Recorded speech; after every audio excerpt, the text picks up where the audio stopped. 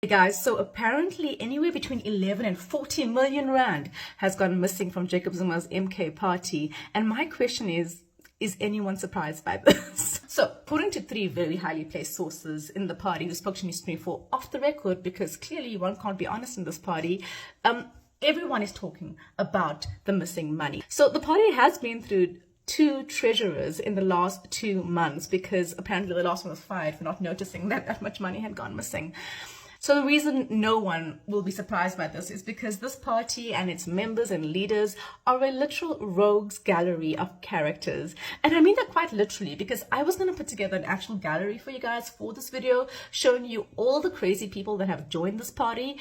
But I just ran out of space. There are too many of them. First up, there's Jay-Z himself, the guy who sold our country to the Guptas and dragged along the rest of his sorry cohort, who are now in the party. People like Brian Molefe, people like Siyabonga Gama, people like Lucky Montana. Those are all people who drove our parastatals into the ground because they were just funneling money to the Guptas. People like Mzonele Mani, who did the same thing at the Government Communications Center. Then there's really special people like former Judge John Hlophe and former Public Protector Busisiwe Mkhwebane, both former because they were both the first in their positions to be impeached in democratic South Africa. These are the kind of people in this party of the iceberg. So the funniest thing about the story for me, which broke on News 24 just a few hours ago, is that none of these people who are complaining about these things that are happening in the MK party had the guts to speak on record. They all spoke off the record, and they're all apparently high-ranking people, probably maybe some of those people that I just mentioned.